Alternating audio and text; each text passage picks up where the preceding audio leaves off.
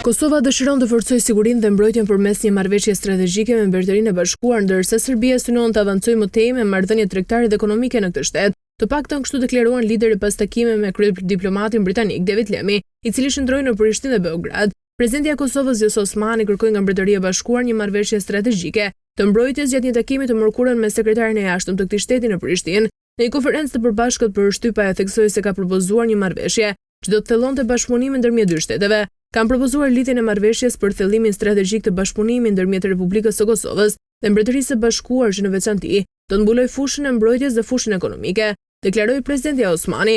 Presidenti i Serbisë Aleksandar Vučić theksoi se pas takimit se Serbia është fokusuar në rritjen e tregtisë dhe shërbimeve me Mbretërinë e Bashkuar, duke konsideruar këtë si një mundësi të shkëlqyer për zhvillimin e mëtejshëm të ekonomisë serbe. Në vitet e fundit ne kemi avancuar marrëdhëniet tona dhe kjo është më së miri e dukshme përmes rritjes së shkëmbimeve tregtare. Besoj se ka ende shumë mundësi për të rritur zhvillimin e tregtisë dhe shkëmbimit të shërbimeve, që do të jenë të dobishme për të dyja palët. Hungaria, shtet antar i BE-s dhe NATO-s, do të forcojë bashkëpunimin ushtarak me vendet fshinje. Serbia, për këtë qëllim, ministrat e mbrojtjes të vendeve nënshkruan në Beograd në praninë të presidentit serb Aleksandar Vučić një marrëveshje që ndër të tjera parashikon më shumë stërvitje të përbashkëta ushtarake. Të dyja vendet duan të përshpejtojnë dhe të avancojnë më tej afirmimin e të gjitha pozicioneve tona në fushën e mbrojtjes, shkruan presidenti Vučić. Sipas tij, ne po shkojmë drejt një aleance ushtarake ose një unioni ushtarak. Ta Vučić sipas të dhënave të portalit serb të afërt me qeverinë politika RS. Hungaria është vendi i rajonit me cilën Serbia bashkëpunon më intensivisht në fushën ushtarake, shtoi presidenti serb. Por Hungaria Serbia është partneri më i rëndësishëm bilateral ushtarak që nuk është as antar në NATO dhe as në Bashkimin Evropian, tha ministri hungarez i mbrojtjes. Edhe mbi bazën e marrëveshjes së vitit 2023 të dyja vendet, deri më sot kanë kryer 48 aktivitete të përbashkëta.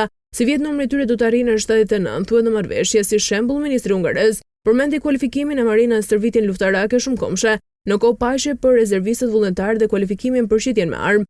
Gjithashtu janë parashikuar programe të përbashkëta për sigurinë e armatimeve, mësohet më tej. 4 vjet i kaloi në karrigen e kryeministrit. Gjatë kësaj kohe shefi i qeverisë në detyrë Albin Kurti, përveç tjerash do të mbahet mend edhe për disa hushje të tij, të cilat u munduan t'i arsyetonte. E fundit ishte pas certifikimit të rezultateve të zgjedhjeve që u mbajtën më 9 shkurt. Kreu ekzekutivit publikoi në rrjetin social Facebook hartën Kosovës me krejt komunat që doli fitues partia që ai drejton. Por këtu kryeministri në detyrë harroi ta skuqte një komunë, nuk vonoi shumë, erdhi dhe kërkim falje e tij. Një lëshim edhe më të madh, ai dhe stafi i tij e patën kur tashmë kryeministri në detyrë pati rënë në kurthin e komedianëve rus, Vova dhe Lexus. Albin Kurti pas t'i komunikuar me ta bindjen se është duke biseduar me presidentin e Letonisë, Edgar Dinkević. Pas këtij skandali menjëhershëm ishte dhe arsyetimi, ndoshta është inxhinier. Kurti pati gabuar dhe në zgjedhjen e një ekuacioni të thjeshtë matematikor, ku pati shkruar në obrancë të Podujevës për të puruar shkollën Aliadari. Po si hyri në klasë, më shumë se fjalimi i drejtorit të shkollës, vëmendjen ja pati tërhequr detyra e përzgjedhur në dërasën e zezë të nxënësve të klasës së 7. Edhe kur e mori vullnetarisht hapin drejt dërasës për ta zgjedhur, rezultatin e kishte gabim. Të gabim nuk e vrejti as ministri i arsimit Arbërian Gavaçi që e shoqëronte. Mirë po më vonë kur Kurti e kuptoi gabimin, u kërkoi falje filloristëve në rrjetet sociale.